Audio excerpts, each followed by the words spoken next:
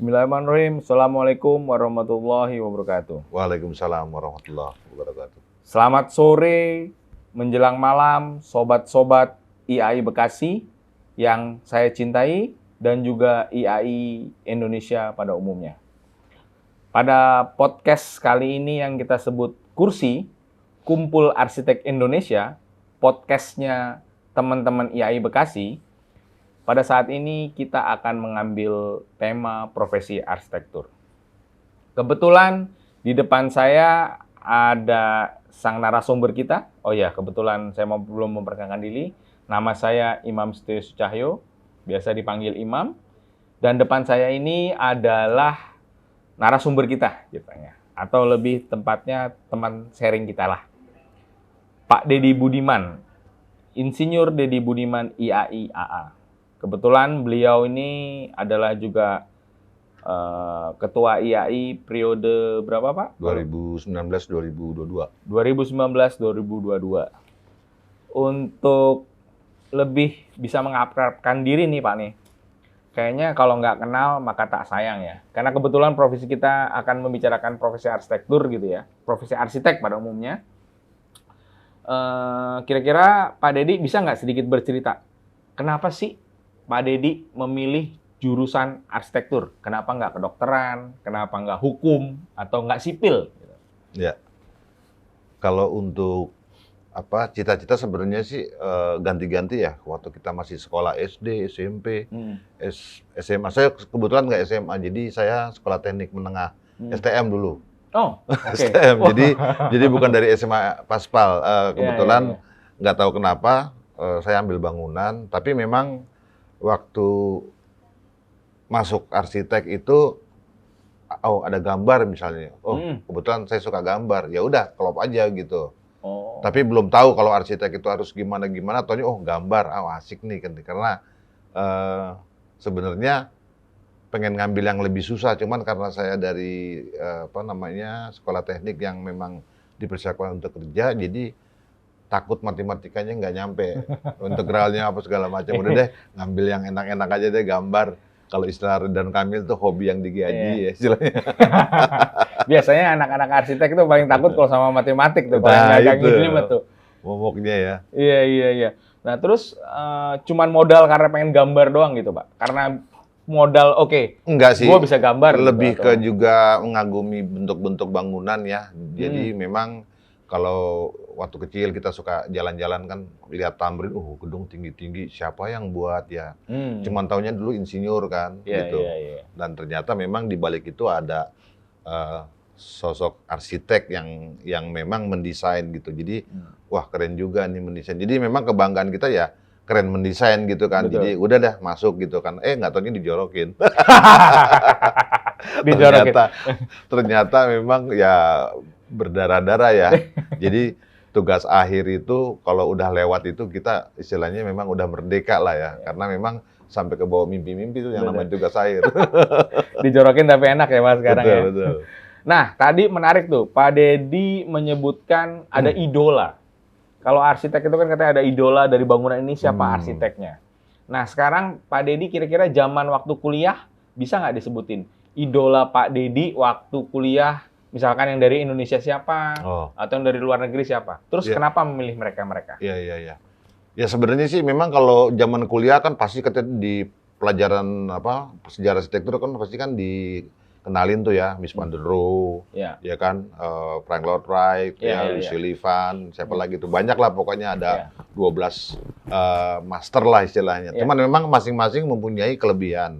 Misalnya Frank Lloyd Wright kan dia kan lebih ke yang terkenal itu kan yang falling house ya. Falling water ya. Terus kemudian ada lagi misalnya, ya saya lupa nih. Jadi memang ada yang memang menganut modern. Nah kemudian ada yang saya lupa apakah dia orangnya. Dia tuh menganut sistem form follow function. Jadi memang karena memang banyak sekarang arsitek kan yang memang ornamen gitu kan. Nah, itu kayak Corbusier kan dia ornamen, lengkung segala macam. Tapi kalau saya sih memang lebih senang ke Frank Lloyd Wright ya, karena memang dia lebih kayaknya arsitek yang memang memahami lingkungan gitu, sehingga memang dari pertama dia mendesain sudah ada filosofi tentang lingkungan gitu aja sih kalau yang di luar ya. Norman Foster juga saya suka karena ada juga desainnya dia yang agak fenomenal tuh apa ya saya lupa. Cuman maksudnya dia bisa membuat sebuah ornamen dari struktur bangunan itu sendiri gitu. Kalau nggak salah gedungnya di Jerman ya, apa di mana ya? Saya lupa. Hong Kong, HSBC. HSBC ya, SBC. Yang ya. pakai struktur gantung. Ya betul. Jadi dia membuat sebuah ornamen yang memang struktur, jadi bukan tempelan Betul. gitu. Betul. Jadi saya suka juga agak idolain juga gitu. Ya. Nah, kalau yang di lokal siapa ya? Yang di lokal sih mungkin kalau menurut saya sih kalau yang benar-benar memang seorang arsitek sejati ya Pak Eko. Oh, Eko Prawoto. Ya. Ya kalau lokal saya lebih beneran arsitek ya Eko ya. Eko siapa namanya? Eko Prawoto. Ya, Dari jadi Jogja. saya pernah ngikutin seminarnya beliau. Ya sepertinya memang benar-benar idealis ya. Jadi memang material yang memang ini ya sustain banget, dia melihat dari apa yang ada di situ ya dibuat begitu. Nah, itu mungkin idealis banget ya. Tapi memang kalau arsitek lokal yang lain-lainnya ya saya rasa lebih ke bisnis ya. Karena memang kalau kita lihat misalnya Andra Matin, ya dia boleh disebut arsitek yang memang konsultannya butik ya. Jadi dia bikin desain rumah atau desain bangunan yang memang ya hanya untuk owner tersebut gitu. Jadi memang nah di situ terlihat bahwa memang ya lebih mendominan gitu. Tapi sebenarnya saya lebih senang kalau arsitek berpraktek itu yang memang seperti ke dokter. Jadi dia bisa tahu siapa background-nya, kemudian apa kesukaannya, sehingga ketika jadi benar-benar dipakai gitu kan. Jadi memang butuh waktu panjang. Ya itulah sebenarnya yang kalau profesi arsitek itu seperti kayak orang psikolog, jadi harus tahu bahwa oh ini orang sorry ya misalnya dia nggak suka naik tangga, ya ngapain dibuat tangga gitu. Kalau memang lahannya luas, ya bisa aja kita dibuat horizontal aja begitu. Betul. Nah tapi kan iya betul itu yang saya bilang, jadi form follow function lebih kena gitu loh. Karena sebab kalau fasad itu ya kita kayak baju lah, tinggal milih kan sekarang kan udah on hand semua ya, mau lihat apa orang sebut ini, kita lihat oh begini bentuknya dijiplak. Nah, itu kan berarti kan nggak orisinil gitu. Betul. Nah, itu sebenarnya kalau yang untuk lokal. Tapi ya so far memang kalau untuk arsitek kita itu lokal ya banyak sih yang muda-muda malah lebih bagus lagi karena waktu dia untuk apa namanya komprehensif ya, dia melihat atau ini. Jadi memang hasilnya sekarang memang bolehlah dibilang kita sudah setara sebenarnya. Hanya saja boleh diketahui juga bahwa tidak semuanya arsitek itu terkenal pada saat dia muda atau dia di ujungnya. Kadang-kadang sudah tua baru masterpiece-nya ada ya. Betul. Siapa? Walter Gropius ya. Walter Gropius. Jadi dia memang udah tua tuh baru dikenal. Jadi memang kayak seniman juga gitu. Masterpiece-nya dia baru diomongin orang, masuk dapat dapat penghargaan. Ya. Baru dia terkenal di situ. Tapi sebenarnya ya memang kan memang bidang kita sudah agak setengah industri ya. Jadi memang ya kayak konsultan yang memang ada sekarang itu juga bergeraknya cepat gitu. Sehingga apalagi dengan teknologi sekarang itu kemampuan yang tadi kita ngobrol di belakang itu kan kemampuan artificial intelligence itu melebihi manusia gitu bahkan katanya ya. Tapi ya tadi itu juga Pak Pugu juga bilang jangan takut, itu hanya pekerjaan sepertinya ya tukang jahit gitu kan. Tapi desainernya di belakang itu kan pasti manusia. Betul. Lebih humanis gitu. Seperti itu. Sepintar-pintar AI tidak akan pernah menggantikan kecerdasan manusia itu sendiri ya Pak. Dan yang penting punya hati kan. Nah itu yang tidak dipunyai sama sama intelijen itu. Nah ini menarik juga nih Pak, bicara masalah Pak Dedi sendiri, profil dari Pak Dedi sendiri kan. Pak Dedi termasuk bisa dibilang salah satu senior kita lah di IAI Bekasi gitu ya, bersama dengan Pak Dedi Subrantas, Pak Hendy gitu ya. Jadi bisa nggak sih Pak diceritakan, maksudnya Bapak sudah berapa lama gitu ya berkecimpung di dunia IAI gitu ya? Terus kira-kira bisa diceritakan nggak? Kan juga ini kalau nggak salah IAI sendiri kan umurnya baru, IAI Bekasi terutama 13 tahun. Baru 13 tahun kan? Ya. Sementara mungkin profesi Pak Dedi sendiri dalam arsitektur gitu ya, kan sudah pasti lebihnya dari 13 tahun gitu Pak. Nah, bisa nggak diceritakan gitu? Ya, jadi memang kalau saya pribadi bergabung di IAI itu tahun 92 kalau nggak salah ya. Juga ngobrol sama Pak Bugu tadi, nomor anggota saya itu 4975 kalau nggak salah. Saya tahun 92, kemudian yang lantik itu Pak Endi Subiono, waktu itu Ketua IAI Jakarta. Nah, udah, setelah dilantik, wah keren nih, anggota IAI. Cuman sampai situ aja. Karena kita juga sudah mulai bekerja kan ya, saya di konsultan, waktu itu di atelier, terus kemudian saya pindah lagi di developer, kemudian kembali lagi bergabung sama teman. Nah, pada tahun 2010 tuh, waktu itu Pak Dedi Subrantas ngajak ngumpul arsitek yang ada di sekitaran Bekasi. Nah, gitu. Kebetulan memang ngumpul tuh 25 orang di Sport Hall. Ya udah, sekalian ngumpul, ini kita dapat kalau ngeliat ada ART itu boleh ketika memang sudah ada 25 arsitek bisa mendeklarasikan waktu itu cabang. Jadi wilayah kan karena memang ada peraturan baru, jadi memang cabang Bekasi dibentuk.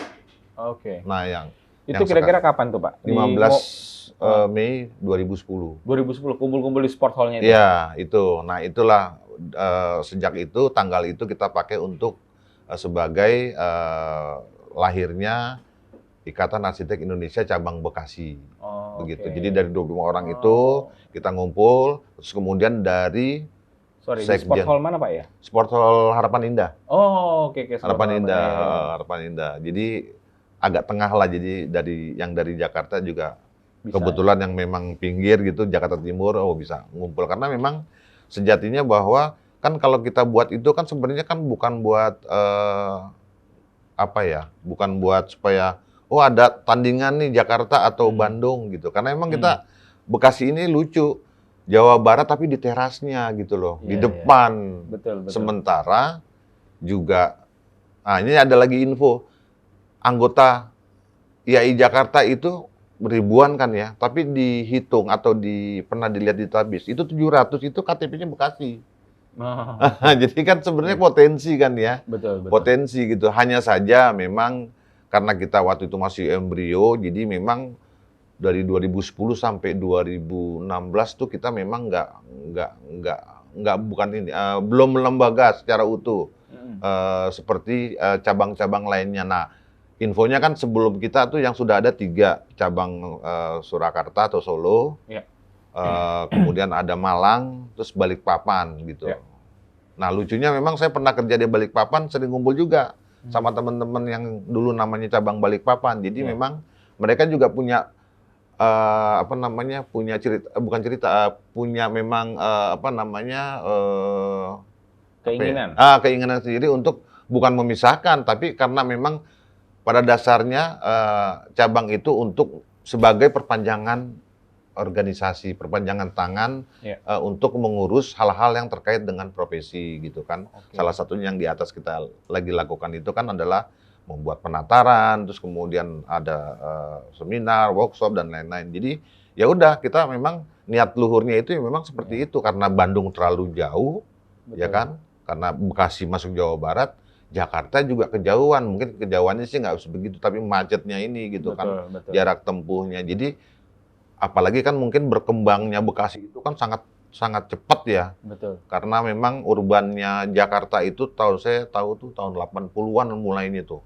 Orang Jakarta tuh ada di Harapan Indah semua. Pejuang, Bekasi Timur, tapi Bekasi Barat yang paling. Nah, ketika ada Sumarekon baru tuh kita terlecut, karena ada insiden juga waktu itu. Ada sebuah sayembara yang ngadain di IAI Jakarta, tapi lokasinya di Bekasi. Bekasi kita udah buat juga, udah pas deklarasi gitu. Ini sih cerita aja. Ya, kita sih nggak merasa tercinggung, tapi kok sayang ya.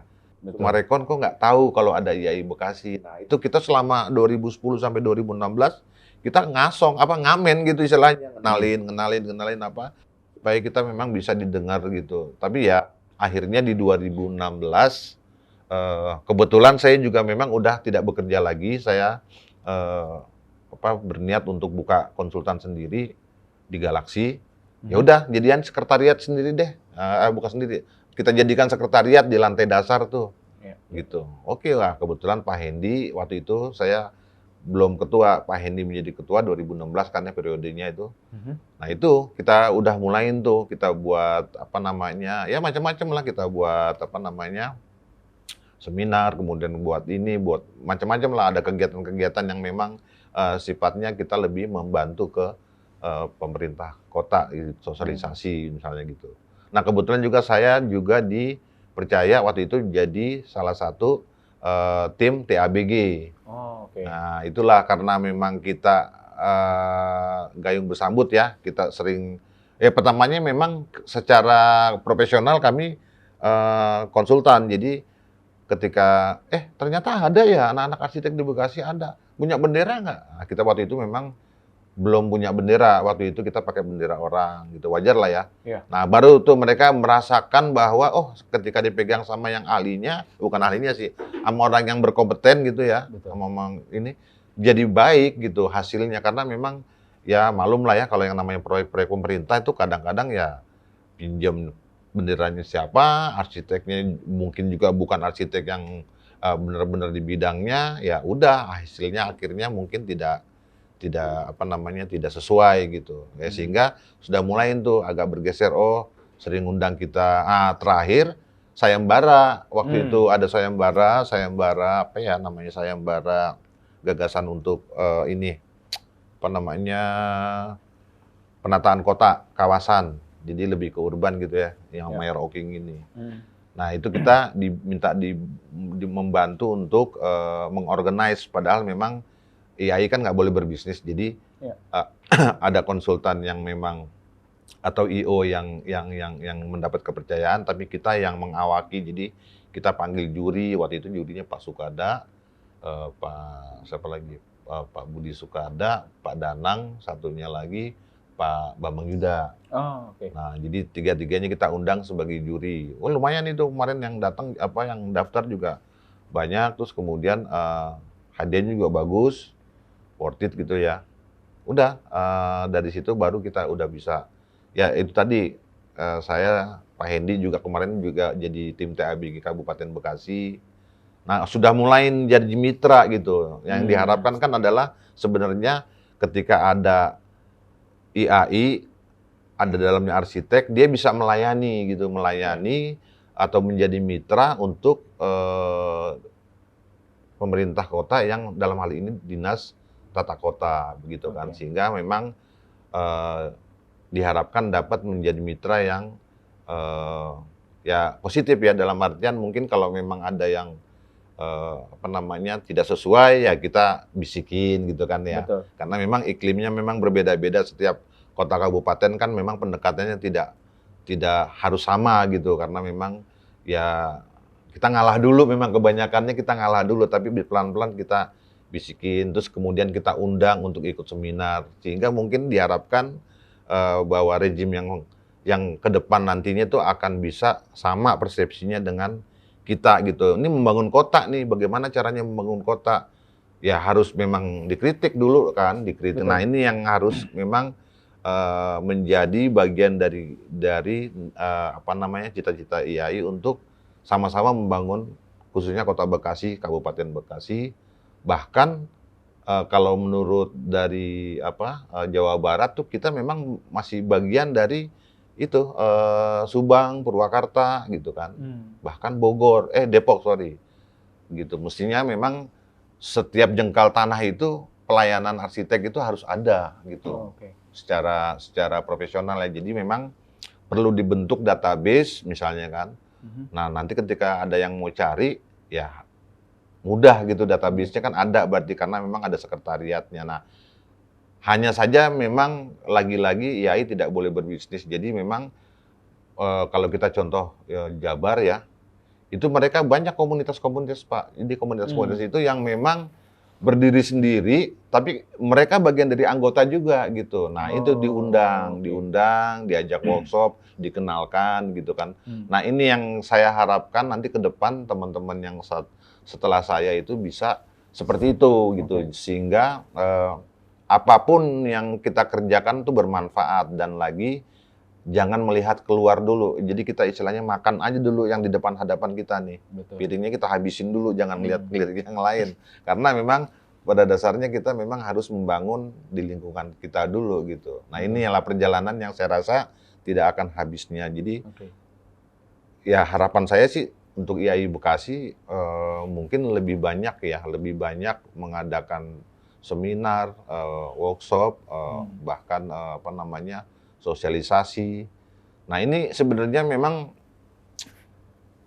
boleh dibilang sumber daya itu memang kalau kita ngelihat Jakarta misalnya itu mereka memberlakukan anggota yang baru itu harus menjadi panitia, itu bagus juga sebenarnya untuk penularan itu. Jadi memang akan terlihat bahwa ini orangnya bisa berinteraksi, kemudian dikenalkan langsung terjun, itu kan lebih bagus ya. Nah, saya harapkan juga mungkin teman-teman Bekasi seperti itu gitu, bisa menularkan seperti itu, tapi dalam artian positif ya, kecuali kalau memang dia nggak ada waktu. Tapi kan banyak nih teman-teman kita yang baru lulus terus kemudian daftar, nah itu yang mungkin terjun langsung gitu kan. Nah, yang lucu tuh kalau setiap mendaftar itu Pak nanya dengan lugunya, Pak, setelah saya masuk IAI saya dapat apa ya? Nah, itu pertanyaan menggelitik, tapi memang jujur gitu loh. Betul. Jujur, karena bisa saja dia belum bekerja, dia daftar juga masih pakai uang orang tua ya, maaf ya. Tapi memang tidak disangkal, memang ya kita harus jawab itu gitu. Nah, jawabnya tentunya kompetensinya dulu deh gitu kan. Istilahnya kamu betulin dulu, kamu penuhin dulu, karena apa? Setelah ada STRA sekarang, itu memang kita diharapkan bisa sejajar dengan arsitek di luar Indonesia. Jadi banyak yang ngaku arsitek tapi dia nggak kompeten. Nah, itu jadinya memang mungkin akhirnya akan kurang elok ya. Ketika datangnya arsitek luar terus kemudian dia berkolaborasi dengan yang memang arsitek yang tidak terregister ya. Ini kan sekarang kan yang STRA ini kan terkenalnya kan memang harus to be register ya. Dia terdaftar sebagai arsitek gitu loh. Jadi sesuai Undang-Undang Nomor 6 to be register gitu. Nah, itu yang diharapkan sebenarnya. Nah, itu kan tidak hanya di Jakarta atau mungkin di Surabaya, Kalimantan. Kalau bisa ya seluruhnya sampai pelosok Papua gitu kan. Tergantung memang apa yang mau dikedepankan gitu kan. Karena kan memang kan peran kita ini kan tidak hanya bisnis ke swasta perorangan, tapi lebih ke pemerintah, sehingga di tingkat atas kalau sudah melihat itu contoh baik pun nanti ke bawahnya akan baik. Gitu. Sedikit tarik mundur nih Pak, kalau ngelihat diskusi kita nih, Pak Dedi sudah mengkategorikan kayak semacam ada 3 hal yang sebenarnya kita bisa menjadi diskusi yang mungkin bisa panjang, bisa pendek, tergantung kita mau ke arah mana diskusinya nih. Yang pertama tadi Pak Dedi sempat mengatakan bahwa di periode Pak Dedi dan mungkin dari Pak Hendi ya, bisa dibilang dari 2010 sampai 2016 itu bisa dibilang hampir ya kita lagi dalam proses pengenalan dan pencarian anggota lah ya, atau mencari bentuk yang kira-kira ini kita mau gimana nih IAI Bekasi, karena IAI Bekasi ini kan bisa dibilang dia tidak boleh seperti IAI Jakarta gitu ya, karena yang dengan kemajemukan dan segala complicated-nya gitu ya, atau dengan mungkin dengan IAI Jabar gitu ya, yang dengan lokalitasnya itu yang sangat kuat gitu ya. Sementara kan Bekasi ini dia itu bisa dibilang kota industri ya Pak. Gitu ya. Jadi nah mungkin sedikit ya, kita pernah juga ngobrol di belakang bahwa Pak Dedi ingin menjadikan bahwa IAI Bekasi itu menjadi salah satu IAI yang memiliki karakteristik istimewa, di mana kalau bisa IAI kita ini mempunyai spesialis di bidang industri. Nah, itu nanti kita ada arah sana gitu. Tapi yang mau saya tanyakan, yang saya menarik ini adalah Pak Dedi dan Pak Hendi sudah mulai merintis bentuk kerjasama dengan pihak pemerintah selaku regulasi ya. Di mana kita suka tidak suka, mau tidak mau, bahwa kita harus menjadikan pemerintah sebagai partner kita gitu ya. Karena mereka jugalah yang akan memberikan approval atau persetujuan terhadap apapun yang kita desain gitu ya. Dan kita juga sebagai perencana atau konsultan mereka juga akan memberikan warna terhadap perubahan Kota Bekasi secara umum gitu ya.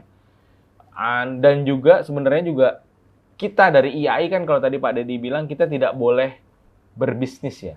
Tapi kan sebenarnya kita melihat peluang bahwa memang IAI tidak berbisnis, tapi dia bisa menjadi penjembatan antara misalkan teman-teman anggota IAI Bekasi yang notabene adalah kebanyakan berprofesi sebagai konsultan arsitek misalnya.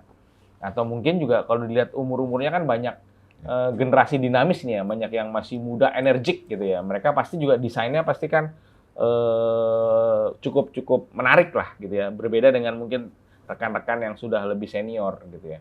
Nah, itu melihat hal ini gimana Pak? Maksud saya kerjasama kita itu antara IAI Bekasi dengan Pemda Bekasi atau mungkin pemerintah daerah Kabupaten Bekasi itu seperti apa gitu ya, dan mungkin apa sih yang diharapkan oleh Pak Dedi ke depannya untuk pengurus IAI sekarang gitu. Jadi maksudnya apa yang sudah dilakukan oleh Pak Dedi gitu ya, sehingga nanti bisa diteruskan oleh teman-teman pengurus IAI Bekasi periode kepengurusan selanjutnya dan seterusnya, gitu sih. Ya, memang pada saat Pak Hendy ke saya itu memang kita sebenarnya sudah setengah langkah ya, dalam hal mitra dengan pihak pemerintah kota maupun kabupaten, bahkan sampai ke pihak pendidikan ini tinggi ya, universitas. Salah satunya kita sudah MOU dengan Unkris, tapi memang waktu itu MOU-nya belum sampai ke kita, tapi memang kita sudah diundang, berarti memang keberadaan kita sudah diketahui. Bahkan dosennya ada 2 kalau nggak salah, yang memang sudah anggota dari IAI Bekasi. Terus kemudian memang kalau memang melihat Kota Bekasi karakteristiknya sebagai kota industri, nah ini sebenarnya sudah ada ITBU tuh, Institut Teknologi. ITBU apa ya? ITBU? ITBU ya kalau nggak salah ya. Dia bekerja sama, ITB bekerja sama dengan Pemda Kabupaten Bekasi dan Jababeka untuk mendirikan sekolah perguruan tinggi untuk khususnya arsitek. Tapi arsitek yang sipil dan arsitek ya, tapi arsiteknya itu yang memang yang diharapkan dapat langsung bekerja di zona industri. Nah ini kan menarik. Betul. Jadi sudah ada sebenarnya gitu. Tinggal memang lagi-lagi yang seperti saya bilang bahwa saya pribadi juga sebenarnya tidak bisa terus-menerus melakukan itu. Perlu pendelegasian wewenang ke teman-teman. Nah, ada antaranya bidang-bidang yang memang kita sudah buat itu gitu. Nah, memang karena ini organisasi ya, jadi memang non-profit yang tadi saya bilang itu tidak boleh berbisnis. Jadi memang harus harus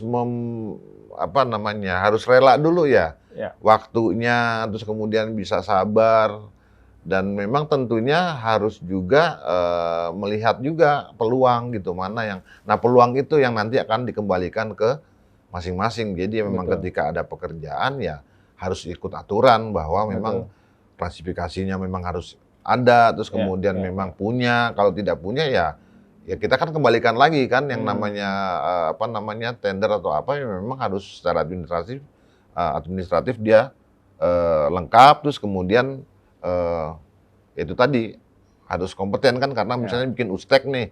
Nah, itu kan memang kan terbiasa ya, terbiasa mempropos usulan yang memang bagus gitu, sehingga memang ya udah nilainya bagus gitu. Nah, berkumpulnya arsitek-arsitek itu kan karena memang sering ketemu, sharing apa, akhirnya kan yang tadinya nggak tahu jadi tahu, misalnya kan, yang tadinya dia punya, terus dia bisa sharing, ya ini timbal balik yang akhirnya ke depannya bisa akan membuat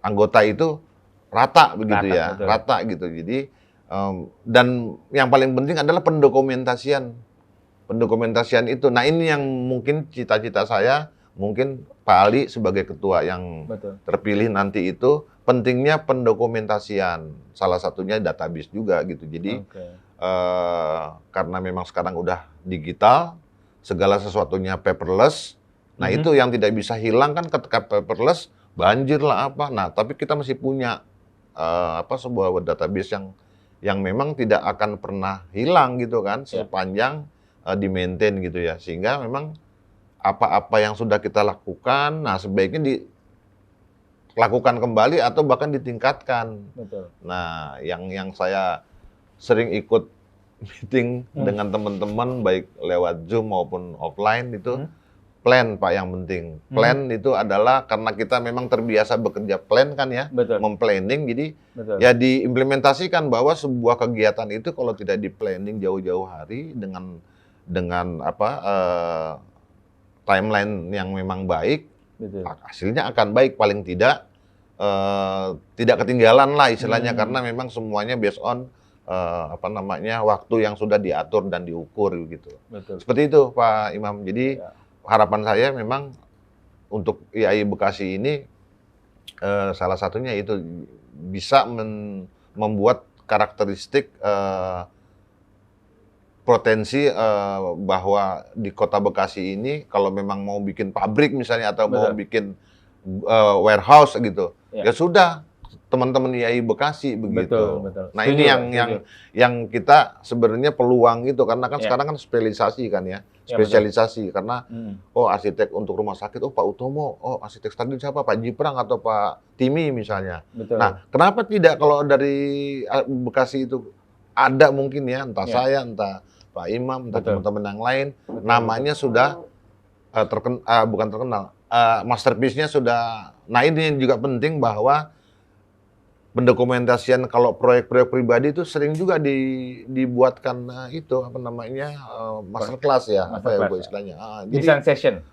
Itu jadi bisa saling ini. Kalau di Jakarta kan saya sering lihat tuh di mana-mana ya, pendekatannya gimana kalau mau mendesain gini-gini. Nah, itu kenali lagi. Jadi teman-teman yang memang biasanya bekerjanya, gua dari sini bekerja. Jangan, ternyata dari sini lo bekerjanya gitu. Nah, ini bisa meningkatkan kompetensinya anggota begitu. Sederhananya seperti itu. Artinya ini PR bagi teman-teman pengurus IAI Bekasi yang periode sekarang di bawah kepemimpinan Pak Muhammad Ali Arfan dengan trupsnya ya, dengan pasukannya gitu ya, untuk berkoordinasi dengan Pak Dedi dan Pak Hendi gitu ya, untuk duduk bareng lah, melihat apa yang sudah dilakukan oleh Pak Dedi dan Pak Hendi dan mungkin kepengurusan sebelumnya terkait dengan kerjasama yang sudah dilakukan oleh pemerintah gitu ya, terutama dengan pihak-pihak Pemda. Terus lalu kita juga akhirnya membuat suatu kesepakatan dan ini sudah melakukan A, B, C, D, E dan seterusnya. Lalu kita bicarakan dengan kira-kira kita mau ke depan mau bikin apa gitu ya.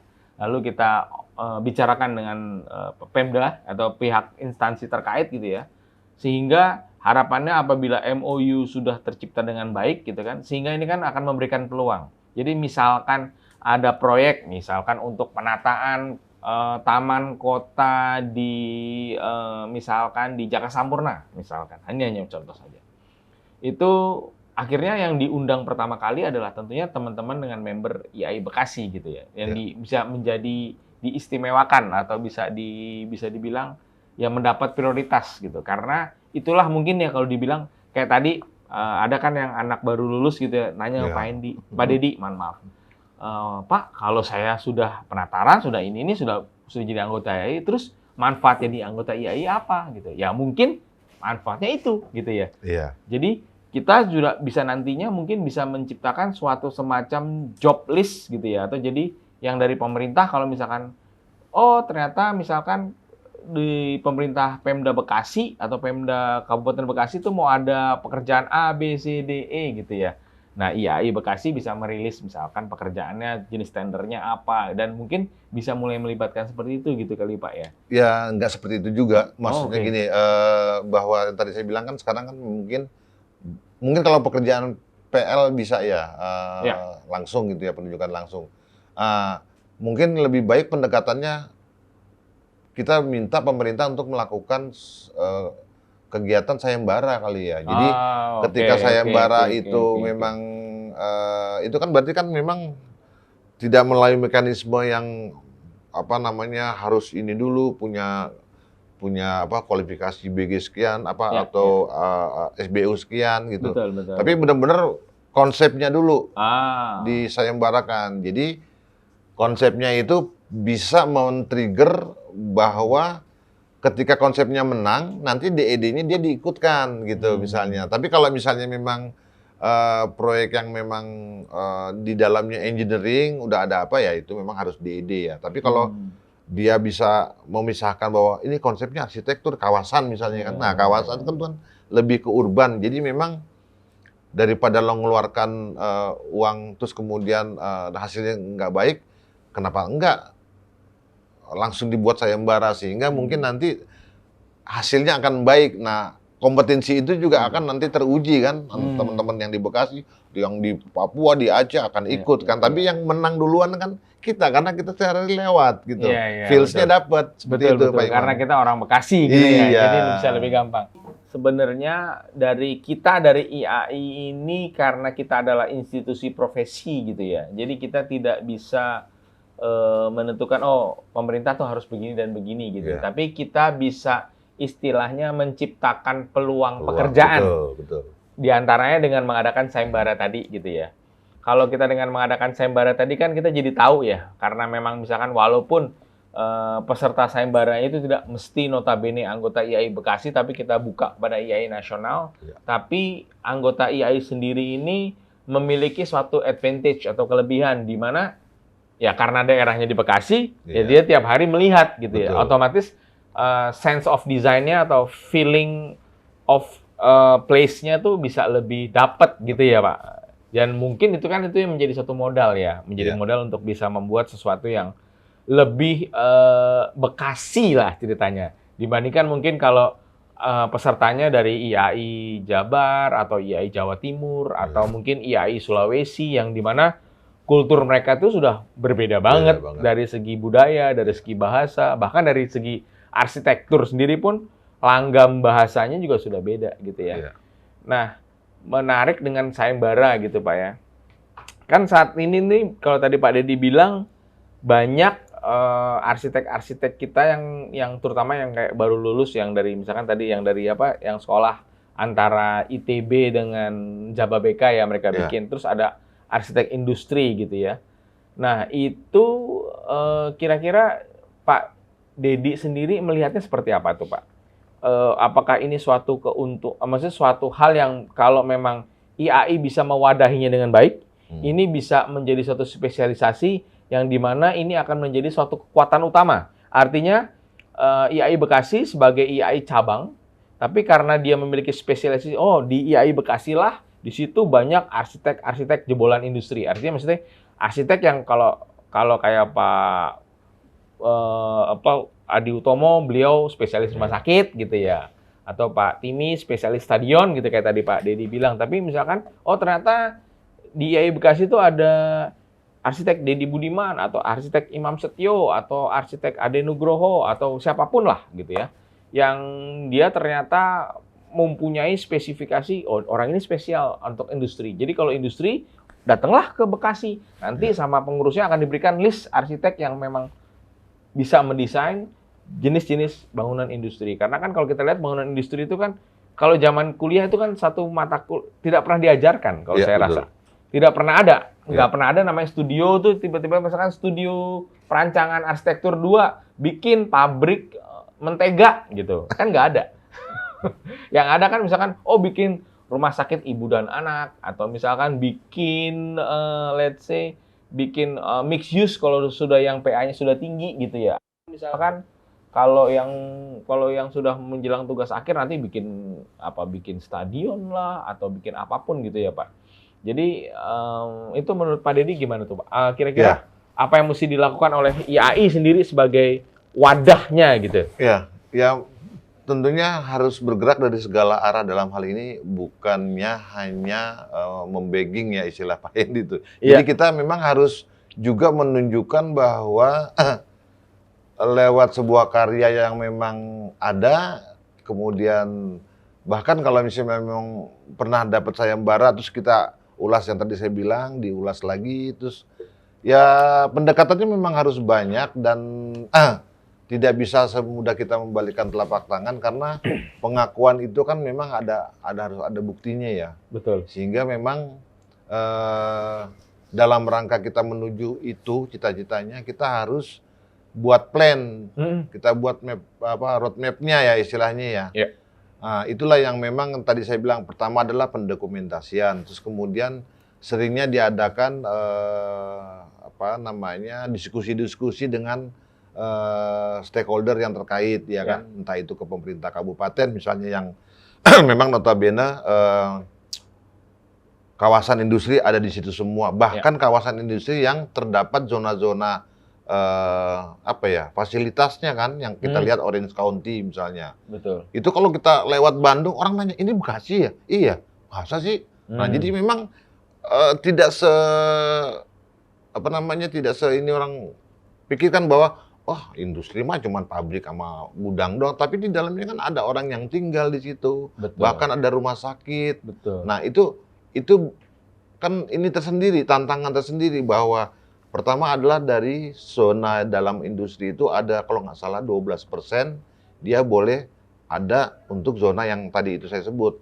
Ada perumahannya, ada fasilitasnya, kemudian macam-macam. Ya. Nah, itu yang memang harus sering diskusikan gitu. Bahkan mungkin kalau perlu yang tadi saya bilang itu ada planning yang harus kita buat apa nih. Tapi memang konteksnya harus yang karakteristik itu. Jadi misalnya kalau kita tahu bahwa ITB itu memang pusatnya di Bandung dan pasti banyak pemikir-pemikir akademis, nah sehingga memang dia nggak habis-habisnya tuh bahannya. Tapi kalau kita kan yang industri ini juga kalau bisa dibuat seperti itu. Tapi memang harus pendekatannya ke universitas yang memang pernah meneliti masalah industri gitu kan. Banyak peluang karena memang pun yang paling jeleknya juga bahkan bisa diangkat adalah ini saya juga berkedatangan di sini bahwa teman kita di Jawa Barat itu kan ada yang namanya siapa namanya yang orang Garut itu. Dia tuh mendeteksi bahwa di Jawa Barat paling tinggi yang TBC-nya itu. Nah, ini kan salah satu kepedulian arsitek untuk masyarakat ya di kota industri yang memang dampaknya adalah masyarakatnya banyak yang terdampak TBC. Mungkin dari asap pabrik atau mungkin dari Bantar Gebang itu kan problem tersendiri. Yang bisa diangkat ujungnya nanti akhirnya akan menjadi sebuah kebijakan apa. Nah, kita dorong itu yang merupakan memang tidak dilirik orang kita dorong atau mungkin dianggap sepele tapi kita dorong sehingga mungkin orang akan melihat kesungguhan IAI ini terhadap masyarakat tuh ini gitu. Karena memang pada dasarnya kan ada yang namanya itu kan ya bidang pengabdian masyarakat. Betul. Nah, mungkin kita bergeraknya dari masyarakat dulu. Kita buat kayak misalnya podcast dengan masyarakat. Contoh gamblangnya lah. Bekasi itu boleh dibilang itu polusi visualnya banyak banget. Kita kalau di Ahmad Yani itu pelang iklan semua. Apa yang mau dilihat kotanya? Betul. Itu kan. Ini sih yang ngomong agak sarkasme, tapi memang situasinya seperti itu. Terus kepedulian masyarakat terhadap pejalan kaki. Nah, itu mungkin hal-hal seperti itu yang bisa mengangkat atau orang akan, oh iya ya, penting ya sebenarnya pemikiran kita itu masyarakat harus ditularkan gitu. Itu terus-menerus gitu sehingga ada keberpihakan masyarakat bahwa sudah ada nih IAI Bekasi dia mikirin ini loh gitu. Bukan hanya cuman bikin rumah, udah arsitek aja. Padahal sebenarnya kan drafter juga bisa bikin rumah. Tapi nilai-nilai yang dikedepankan itu harus kita usung gitu. Sehingga si masyarakat sebenarnya berpihak ke kita. Pemerintah udah nomor sekian. Karena ketika ada sebuah ada sebuah kejadian yang memang akibatnya karena itu tadi, pasti orang mencari-cari kita. Contohnya misalnya gini ya, ada proyek. Misalnya dia ada yang jatuh apanya kayak di Kalawanamu tuh. Pasti yang disorot arsitek kan. Betul. Gitu. Nah, tapi kalau misalnya kita sering membicarakan itu kepada pemerintah kota, bahkan ke developer yang ada di Bekasi, sosialisasi, itu akan, ya itu tadi, orang akan cepat kenal kita gitu. Bahkan lomba menggambar misalnya anak-anak SD, misalnya anak-anak TK. Pernah kita ngadain juga, cuman memang harus diulang-ulang terus sehingga mendekatkan masyarakat ke profesi kita gitu. Nah, ini yang tantangan atau challenge yang memang harus ditumbuh kembangkan ya di teman-teman yang sekarang periode ini menjabat, bahkan dengan segala cita-citanya itu harus memang disisipkan itu. Betul. Yang pernah saya bilang itu bahwa kita menghadap aja ke Bekasi dulu, nggak usah keluar. Orang trennya apa ya biarin aja dulu gitu kan. Toh kita kalau buat seperti itu lagi jadi menjiplak kan. Nah, lebih baik kita dari hal yang kecil-kecil. Memang mesti ada orang yang berani dan berkorban ya. Nah, itu tidak semudah juga kita mendapatkan teman-teman dengan ini yang sama, dengan kepedulian yang sama. Betul, artinya profesi arsitek ini kan masih dianggap oleh sebagian orang. Ya. Itu profesi mahal, ya, artinya. Betul. Profesi mahal. Artinya kalau kita bicara profesi mahal itu adalah kalau misalkan orang kayak tadi Pak Deddy bilang, wah kalau mau bikin rumah, kenapa mesti sama arsitek? Bikin sama tukang gambarnya, sama drafter atau mandor. Toh jadi rumah juga. Yang penting saya bisa terbangun gitu kan. Sementara para pengguna atau para yang nanti akan pemakai kita gitu ya, terutama para calon klien kita itu tidak menyadari bahwa dengan menggunakan jasa arsitek itu kita mereka akan mendapatkan nilai value, nilai tambah lah, value added, nilai yang dimana kalau itu menggunakan jasa arsitek akan lebih secure, akan lebih bervariatif dan akan lebih akan lebih bisa lebih berdinamika lah. Artinya juga desainnya akan lebih berwarna dan itu secara nggak langsung akan memberikan suatu warna kota yang secara nggak langsung, oh Bekasi itu jadi seperti ini. Karena arsiteknya mengarahkan para penggunanya untuk begini gitu ya Pak? Iya, betul. Jadi memang segala arah ya. Jadi memang contoh kecilnya bahwa penyuluhan yang tadi kita bilang itu, bahwa untuk menjadikan nilai lebih ya atau value added itu memang harus dibekali ya. Nah, bagaimana cara membekalinya? Ya banyak-banyaklah kita membuat sebuah seminar, sebuah diskusi kecil gitu kan. Yang kalau perlu tidak hanya di meja, eksekusi misalnya. Yuk kita ninjau yuk Bantar Gebang gitu. Kayak gimana sih? Akan timbul tuh. Oh iya, ini kita mesti buat begini ya. Dari hal yang kecil-kecil itu seperti itu akan ada sebuah keinginan atau ini yang udah tinggal diwadahin aja begitu. Bagaimana ketua nanti kan? Betul. Udah lo buat aja. Oh, sponsor urusan saya gini-gini. Udah. Sebenarnya kan memang dengan adanya badan-badan itu semuanya berjalan sesuai dengan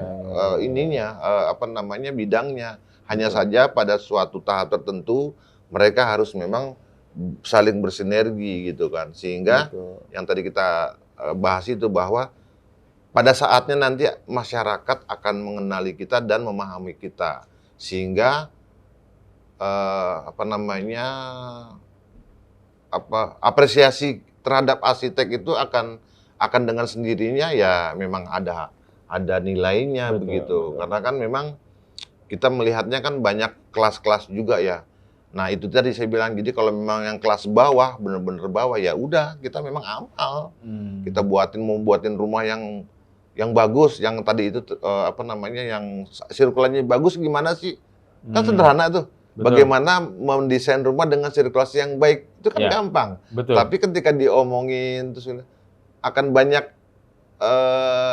inspirasi gitu orang. Oh iya ternyata gue kayaknya memang kenapa gue bangun sampai full ya? Pantesan gue gerah misalnya gitu, istilah orang Bekasi kan gitu ya. Nah ini ngapain lo buat begitu? Mestinya ada sempadan dong. Nah dengan gaya-gaya pendekatan yang lokalitas itu diharapkan orang akan tergugah gitu. Nah ini yang memang plan route-nya itu harus kelihatan gitu. Makanya dengan musyawarah itu tadi saya sudah berkata dengan Pak Ketua sekarang bahwa kita garap porsi yang ada di depan mata kita sendiri dengan segala kekurangannya lah. Kedepannya nanti teman-teman yang ini bisa meneruskan tapi terus di jalur yang kita harapkan seperti itu Pak. Oke. Jadi kira-kira melihat ini yang diharapkan dari Pak Dedi ya, terhadap pengurus IAI yang sekarang gitu, yang dikomandoi atau diketuai oleh Mas atau Bang Ali Alfan gitu ya. Karena melihat semangatnya, biasanya kalau anak muda tuh kan semangatnya dinamis gitu. Jadi, ya, energik gitu ya. Apa ya? Energinya udah dapat, semangatnya udah dapat, mudanya pun udah dapat, anak-anak muda semua. Hanya saja teman-teman kita ini harus memang berani apa ya namanya? Ketika kita bangun pagi itu kan tahu tuh ya, oh nanti gue kesini, nanti gue kesini. Nah itu yang harusnya memang ada, karena kalau kita udah komitmen apa yang kita visikan gitu ya, atau kita misikan, itu harus ada komitmen plan-nya. Jadi kalau komitmen plan-nya ya banyaklah hal-hal yang memang akhirnya akan menggantungkan ke yang ada saja gitu. Padahal sebenarnya dengan satu orang yang memang mengingatkan, terus kemudian mengingatkan, lama-lama teman-teman ini, saya bangga sama teman-teman kita karena memang banyak yang mau dibicarakan atau mau dibuat, tapi itu plan-nya yang memang harus sama-sama kita gelar, kita pilih, ya kan? Kita pilih, kita pilah, terus kemudian bagaimana supaya efisien. Nah, sekarang kan bekerja efisien itu kan sekarang udah banyak kan ya. Contohnya kita sekarang bekerja buka CAT, buka namanya Excel, buka Word, itu setiap hari kita nggak sadarin. Nah, bekerja kan seperti itu sebenarnya. Jadi tiga, gue kan cuma ini doang. Yang lain mah urusan ntar, urusan teman gitu. Jangan. Saya ngebayangin saya dulu berdua sama Pak Hendy, bikin sebuah kegiatan cuma dibantuin Norman. Itu alhamdulillah bisa, tapi bukan saya membanggakan ini. Karena mungkin saya cuma bisa memplanning itu lebih panjang. Nah, opsi A, B, C-nya itu setiap permasalahan harus ada. Jadi jangan sampai kita cuma pakai plan A, udah B-nya nggak ada, belum pikirin. Nah, harus ada plan A, B, C. Ini A, B, C. Jadi what if-nya itu yang saya belajar dari Pak Hendy, bahwa segala sesuatunya tidak ada yang nyaman ya istilahnya. Kita jangan terbiasa di zona nyaman ya, karena kalau kita terbiasa di zona nyaman, udah kita di state-nya situ-situ aja. Gitu. Nah ini makanya saya bangga kalau teman-teman sekarang sudah berkembang, hanya saja mungkin nanti manajerialnya ya. Manajerialnya kita harus pikirin bersama, bareng, sering komunikasi, sehingga ke depannya kita tidak berbeda dengan teman-teman yang di daerah lain gitu. Hanya saja memang benang merahnya adalah lokalitasnya itu kita harus asah, gitu. Karena sampah bisa menjadi emas loh, gitu kan. Kita udah ketemu sampah nih, tinggal kita mau ngasah mau jadi apa nih, mau tiara, mau emas atau mau garbage lagi ya, terserah, gitu. Itu aja sih sebenarnya harapan saya ke depan buat teman-teman kita yang memang di periode ini sudah baik, saya rasa ya, startnya sudah baik, hanya saja memang komunikasi yang memang harus dijaga, plan, ya tidak bosan-bosannya, kita harus sabar ya, memang harus sabar gitu. Karena memang di luar sana itu orang tidak berpikir sendiri gitu. Berpikirnya harus bersama-sama, sehingga mungkin kualitasnya akan bagus gitu, ketimbang one man show ya. Saya rasa itu Pak Iman. Iya, mungkin kalau istilahnya sebagai penutup kali ya. Istilahnya ini kita kalau sekarang tuh udah tidak model lagi one man show, tapi mungkin lebih kita istilahnya itu collaborative working gitu. Jadi kita, dan networking is a must gitu ya. Jadi dan udah nggak zamannya lagi kita berkompetisi, tapi lebih ke arah berkolaborasi kalau bahasa tepatnya gitu ya. Jadi mungkin ini dari Pak Dedi gitu ya, bahwa kita untuk teman-teman IAI Bekasi gitu ya, terutama pengurusnya gitu ya, yang sudah baik, semoga akan dapat menjadi baik gitu ya. Tentunya dengan harapan kita semua gitu ya, dari Pak Dedi selaku yang lebih dahulu gitu ya, lebih senior, bukan ya lebih dahulu ya, kalau senior kesannya bagaimana gitu, tapi kalau lebih dahulu, lebih mempunyai pengalaman, berbagi dan mengingatkan tahan intinya gitu ya, supaya koridor yang dijalankan oleh teman-teman pengurus itu bisa memberikan kenyamanan untuk rumahnya teman-teman IAI Bekasi, gitu ya. Mungkin kurang lebih gitu kali ya Pak Dedi ya. Siap. terima kasih nih Pak Dedi atas waktunya gitu ya, atas kesediaannya dan atas sharingnya. Mungkin kalau kita mau terusin itu bisa sampai sahur. Karena kita ternyata emang berdua doyan ngobrol sebenarnya. Ya, jadi karena waktu jualah gitu yang memisahkan kita, bukan memisahkan tapi lebih tepatnya membatasi kita karena masih juga ada kegiatan-kegiatan lain gitu yang akan kita adakan saat ini, karena kebetulan juga saat ini kan kita sedang memperingati HUT IAI Bekasi gitu yang ke-13. Sekali lagi saya selaku moderator atau host dari podcast kali ini dengan narasumber kita Pak Dedi Budiman mengucapkan terima kasih sekali lagi dan izin untuk undur diri dan mengucapkan Dirgahayu HUT IAI Bekasi yang ke-13. Sekian. HUT